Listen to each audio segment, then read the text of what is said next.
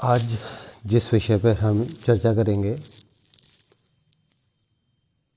वो जितना सुनने में साधारण लगता है असल में उतना ही असाधारण है वो विषय। ये सत्र शुरू करने से पहले मैं आपके समक्ष एक प्रश्न रखता हूँ। एक क्वेश्चन है मेरा आपसे। क्या होता है कि हम भगवान जी से हमेशा कुछ ना कुछ मांगते रहते हैं, कुछ ना कुछ मांगते रहते हैं और पता नहीं क्या क्या मांगते रहते हैं, और यकीन मानना कि जो मांगना चाहिए वही नहीं मांगते। अब आपसे मेरा एक प्रश्न है। समझिए, आपको ईश्वर आपके समक्ष आ गए हैं, भगवान जी आपके सामने हैं और वो कहते हैं आपको एक वरदान मांगने की मैं तो अनुमति देता हूँ। एक वरदान तुम मुझसे मांग लो, मैं तथास्तु कह के चला जाऊँगा।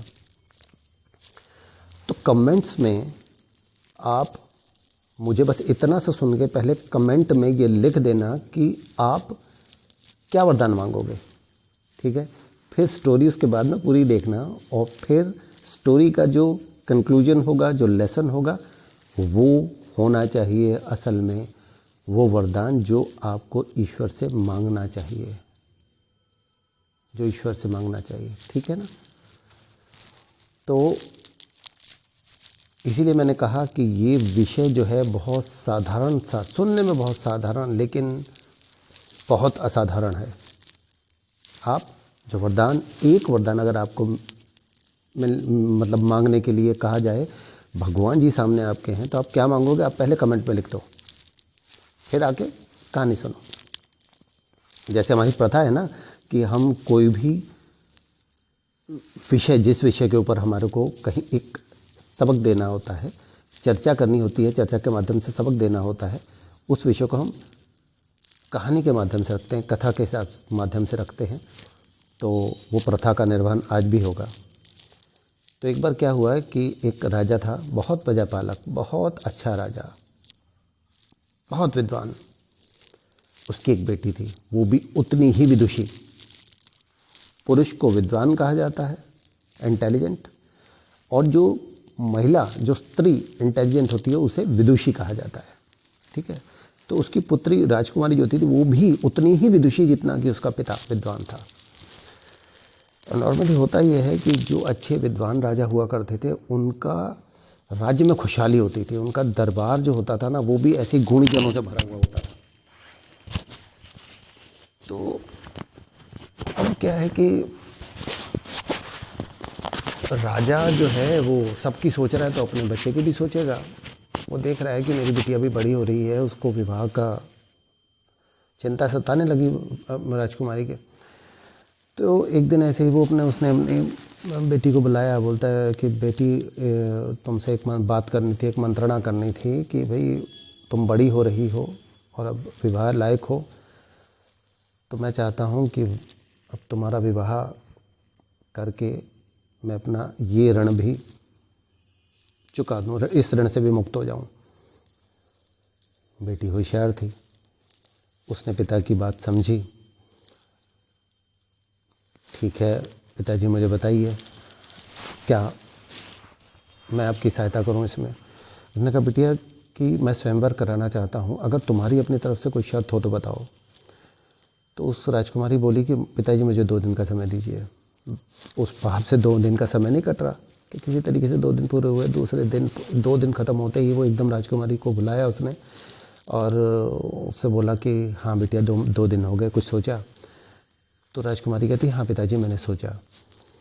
आप ऐसा कीजिए, स्वयंवर की घोषणा कर दीजिए और आमंत्रण सब जगह भिजवा दीजिए, राज्य में भी मुनादी बिठवा दीजिए कि राजकुमारी का स्वयंवर है।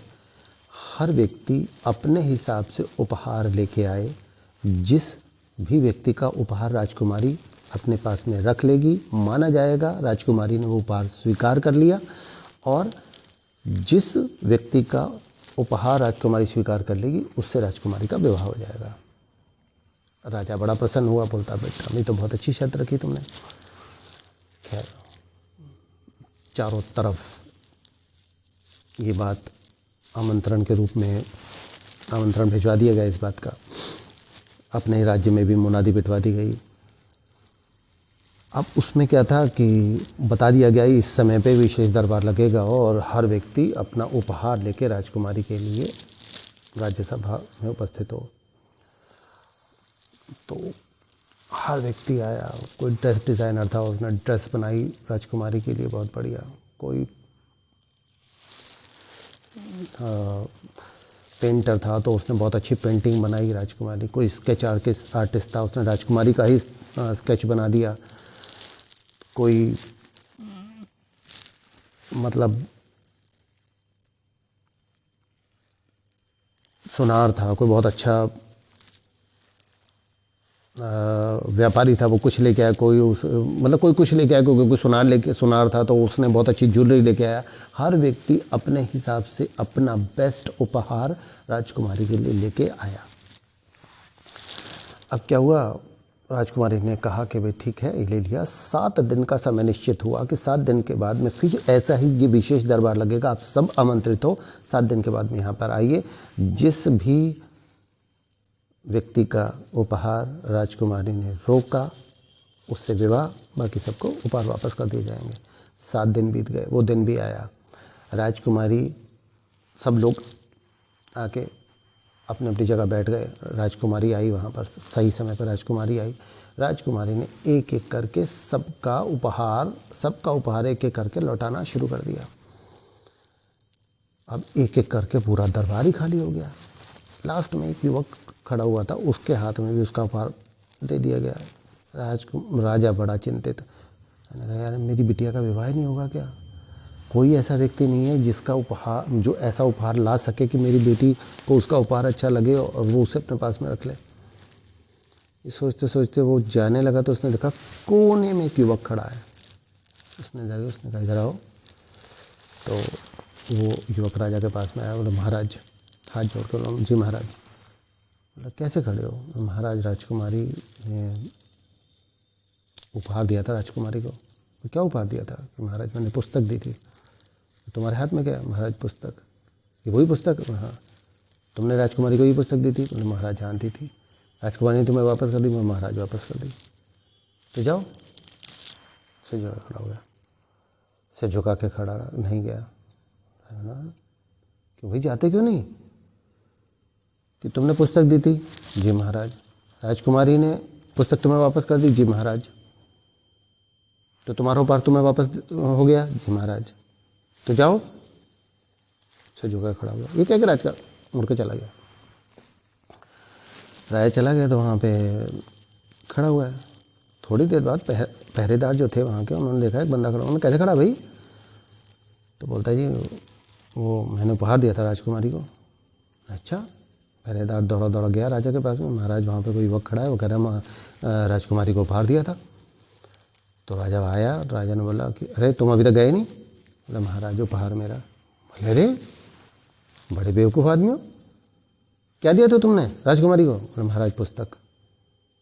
तो राजकुमारी ने तुम्हारी पुस्तक वापस कर दी? बोले जी महाराज। तो बोले फिर जाओ। फिर से झुका के खड़ा हो गया। राजा ने कहा तुम्हें समझ में नहीं आता क्या कि अब अगर तुम नहीं गए ना तो ये समझ लो तुम्हारे को अभी मैं दंड दे दूंगा। ये वो हाथ जोड़ के खड़ा, महाराज